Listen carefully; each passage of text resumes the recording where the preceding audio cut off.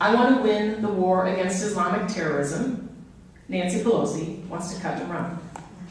I want instant surveillance of suspected terrorists and tough interrogations when they're caught. Nancy Pelosi wants permission. I want secure borders and an end to illegal immigration. Nancy Pelosi wants amnesty and sanctuary cities. I want to see the Bush tax cuts be made permanent. Nancy Pelosi will tax and regulate anything that moves.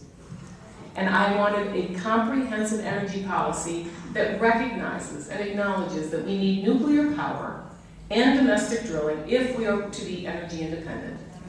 And Nancy Pelosi is counting on windmills. What we face. We have a government that is totally out of control, and yet it is intent on controlling every aspect of our lives. So I'll repeat this, my race is to unseat the worst Speaker of the House in the history of the United States of America, and I ask for your support because getting rid of Nancy is the first step, the most visible step of changing Congress and changing our country. When it comes to taxes, where do you begin? Nancy Pelosi has never seen a tax she doesn't want. She wants to regulate everything, and the people in Congress with her are pretty much on the same page. But I would like to say, in our economy now, you start taxing capital gains, and actually if you start taxing the highest wage earners, who are the ones that invest in new companies, first of all, they may not have the money to invest, and secondly, why would you invest if you know that if this risk you're taking will pay out, that they're going to take twice as much of your money as they did before. And when it comes to energy policy, I got a little tired last time of realizing the Congress lurches from one crisis to another.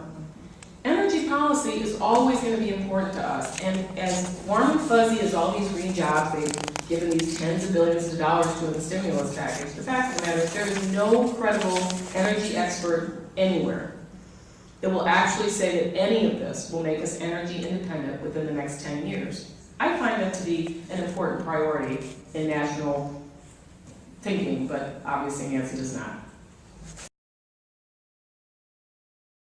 I want to tell you what we do know about the health care reform bill that is in front of us now, the one that was passed by the House. We do know that outraged Americans took to the streets in August and made it very clear to Congress that they wanted no part of an 1,100-page bill that micromanaged their health care system. So, we then know that the Congress, in its infinite wisdom and under Nancy Pelosi's control, thumbed their nose at those Americans, and they went and added 800 pages. Probably going to make it a little less complicated, right? We know that there is not one person in the Congress of the United States that has read that bill. We know that Nancy Pelosi, the Speaker of the House, has not given anyone time to read that bill. We know that that is Nancy Pelosi's MO. Put together big legislative packages, throw them at the congressman, and demand an immediate vote. One of the things that is most disturbing to me is we also know that we've seen one congressman after another that has voted for this bill say things like, "We knew it was profoundly flawed." That is a direct quote. It is a profoundly flawed piece of legislation. We know they've given the glib answer that yes, it is flawed, but we had to do something. Really? I don't really think so. I always think of my nephew. He always goes, "Yeah, right." Like, that's another one. But one thing we also know, this bill isn't about health care, and it is certainly not about reform. This bill is about politics, clear and simple.